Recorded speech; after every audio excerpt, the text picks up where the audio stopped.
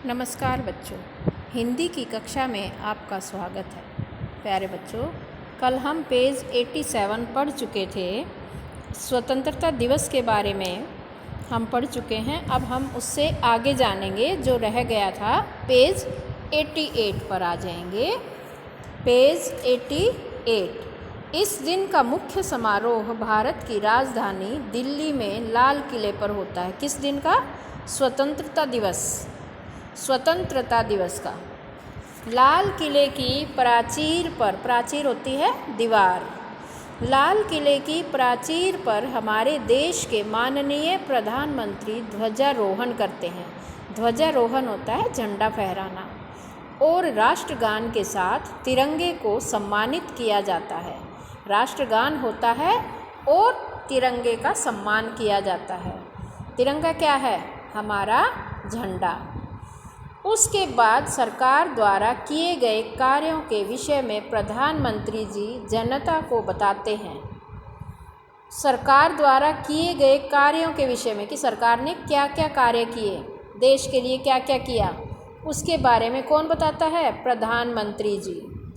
इसके अतिरिक्त आगामी वर्ष, आगामी होता है आगे आने वाला, आगामी वर्ष की योजनाओं को भी जनता के सामने घोषित किया जाता है। भारत की राजधानी के अतिरिक्त सभी राज्यों में भी यह पर्व धूमधाम से मनाया जाता है।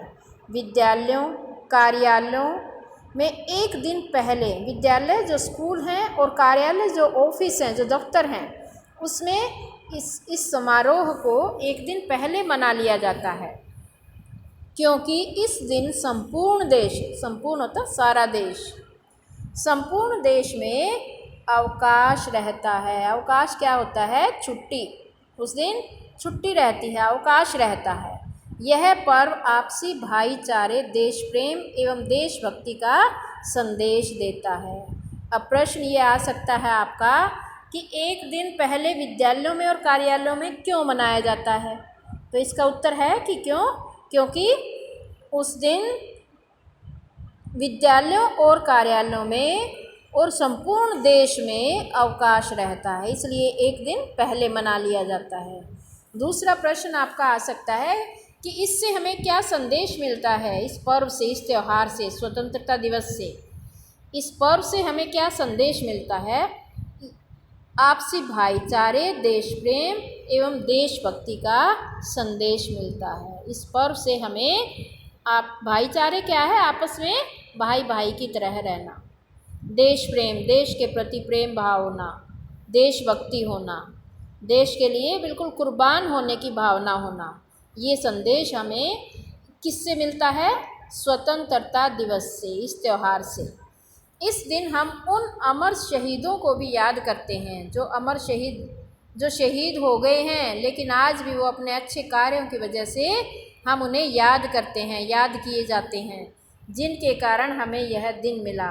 उन्हीं के कारण तो हमें आज़ादी मिली है। उन सैनिकों के लिए, उन शहीदों के लिए हमारे मन में इतनी श्रद्धा है कि हम उन्हें अमर शहीद बोलते हैं। अमर शहीद, जो अमर हो गए हैं। नई दिल्ली में स्थित अमर जवान ज्योति पर देश के दिग्गज नेता, जो बड़े बड़े माने हुए बड़े बड़े नेता हैं, कहाँ पर?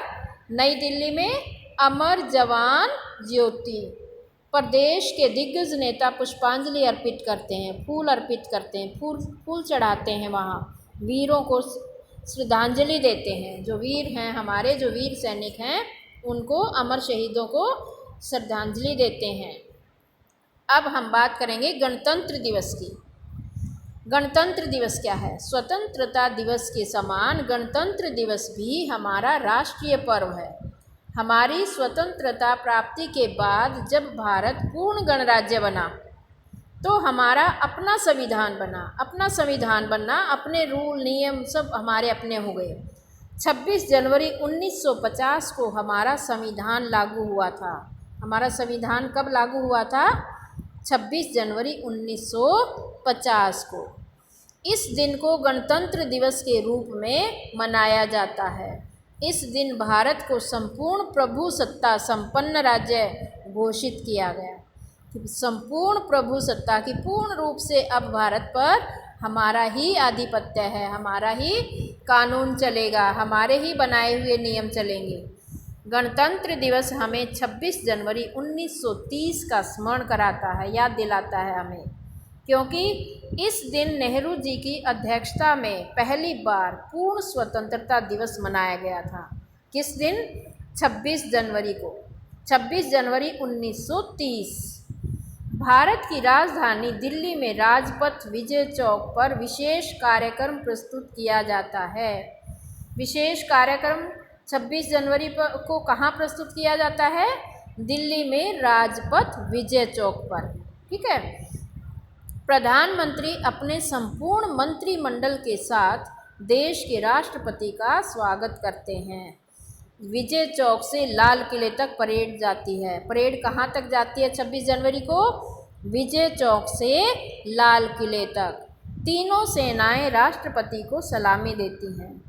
तीनों सेनाएं किसको सलामी देती हैं? राष्ट्रपति को। और 21 तोपों की सलामी दी जाती है। सलामी कितनी तोपों की दी जाती है?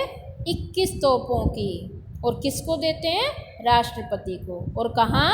लाल किले पर। परेड कहाँ से कहाँ तक जाती है?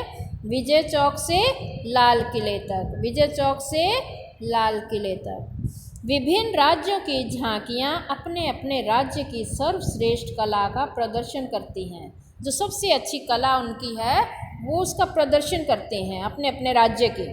खास विशेष सर्वश्रेष्ठ झांकी को पुरस्कृत किया जाता है। पुरस्कृत होता है इनाम देना। जिस राज्य की झांकी सबसे अच्छी है उसको इनाम भी दिया जाता है। विद्यालयों के छात्र भी अपना कार्यक्रम प्रस्तुत करते हैं। जो अलग अलग विद्यालयों से, स्कूलों से जो बच्चे गए हैं वो अपना अपना कार्यक्रम प्रस्तुत करते हैं। कोई डांस करता है, नाच गाना, सबका अपना अलग अलग होता है।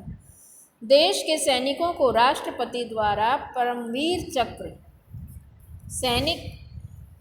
जो सैनिक हैं जिनकी वजह से ही, जिनकी देशभक्ति के कारण, जिनकी बहादुरी के कारण हमें आज़ादी मिली, उनको भी इनाम दिए जाते हैं, यहाँ सम्मानित किया जाता है। क्या क्या दिया जाता है सैनिकों को? आप देखें, देश के सैनिकों को राष्ट्रपति द्वारा परमवीर चक्र तथा अशोक चक्र प्रदान किए जाते हैं।